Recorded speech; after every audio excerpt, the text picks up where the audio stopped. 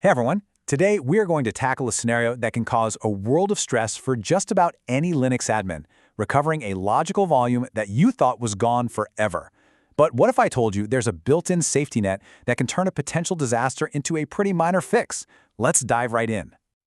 We have all been there. That split second of pure horror, right after you hit enter on an LV remove command, and you realize you just wiped out a critical volume. But before you start to panic, what if I told you it's probably not nearly as bad as it looks? That's right. Before you start drafting your resignation letter, just take a deep breath. The Linux Logical Volume Manager, or LVM, is a lot smarter than you might think, and it has this fantastic built-in recovery mechanism that we're going to walk through step by step right now. So how is this recovery even possible? Well, it all comes down to a kind of secret safety net that LVM maintains automatically: metadata backups. This right here is the core concept that turns that "oh no" moment into a manageable "okay, I can fix this." You can think of LVM metadata as the architectural blueprint for all of your storage. It's basically the map that tells your system exactly how your physical disks are organized into volume groups, and then how those groups are carved up into the logical volumes that you actually use day to day. Without this map, your data is just a jumble of bits. And the process itself is, remarkably simple, and it's totally automatic. Every single time you run a command that modifies your LVM structure, whether you're creating, removing, or resizing something, LVM diligently saves a copy of the metadata before your change gets applied, and it just tucks it away in a special directory for safekeeping. And here it is, that special directory, /etc/lvm/archive/. In a recovery situation, this path is your absolute best friend. It's the library of all your past configurations, and it holds the key to restoring that deleted volume. Okay, now before we go any further, this is the most crucial point. This restoration technique recovers the LVM structure, the blueprint. It assumes the underlying building, your data on the physical disk, is still standing. If you've already overwritten the disk space with new data, this method, unfortunately, will not bring it back. All right, enough theory. Let's walk through a real-world scenario. We're going to restore a deleted logical volume step by step, using the exact commands you would use on a live system. Let's get our hands dirty. So our recovery mission has 4 very clear phases. First, we'll play detective and find the correct backup file. Second, and this is super important, we'll do a safe test run. Third, we'll perform the real restore. And finally, we'll bring our recovered volume back online. Let's get started. First up, we head to that archive directory. Now, running ls-ltrh is perfect here. It lists files sorted by time, with the newest ones at the bottom and in a human-readable format. What you're looking for is the most recent file that matches the name of your volume group, created right before the accidental deletion. This next step is brilliant and absolutely essential. Please do not skip this. Before we commit to anything, we use the vgcfg restore command with the -test flag. This performs a dry run. It checks the backup file for any errors and shows you what would happen without actually changing a thing. It's your final safety check.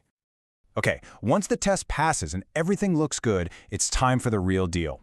We're going to run the exact same command, but this time we just remove the -test flag. When you hit enter on this, LVM will roll back your volume group's configuration to the state that was saved in that backup file.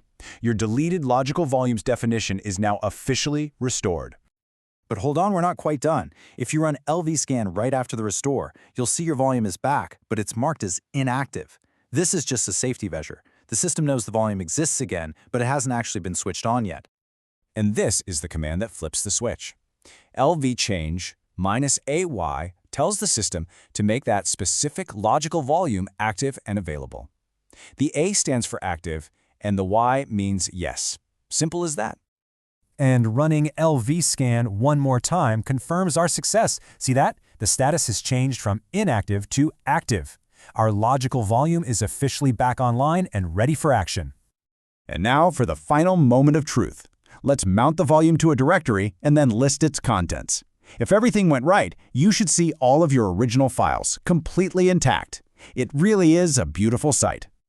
Okay, so now that you know how to recover from a mistake, let's talk about making your setup even more robust.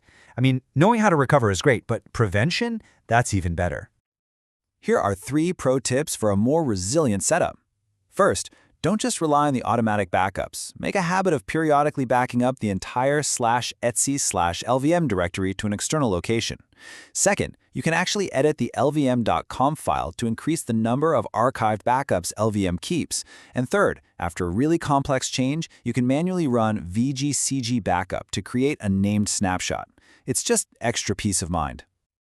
And here's a handy little reference for you. This table summarizes the key commands we used today. It's a great cheat sheet to keep nearby. Feel free to pause here if you want to take a quick screenshot for your own notes. So let's put it all together into a simple, memorable workflow. This is your cheat sheet for saving the day, should you ever need it. It really just boils down to this 4-step process. You find your backup file in the archive. You use vgconfig restore to bring back the structure. Then you use lvchange to activate it. And finally, you mount it to get to your data. It's a calm, controlled process that turns a potential crisis into a totally manageable task. And let's end on the golden rule of LVM recovery. If you remember one thing from this explainer, please let it be this. You are only restoring the map.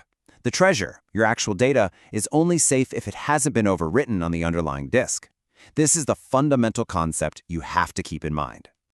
So, while restoring an LVM structure is an absolutely incredible tool to have in your back pocket, it is not a substitute for a true data backup. And this should really get you thinking. Now that you know how to rebuild the container, how are you protecting what's actually inside? What's your strategy for backing up the data itself? Something to think about. Thanks for tuning in.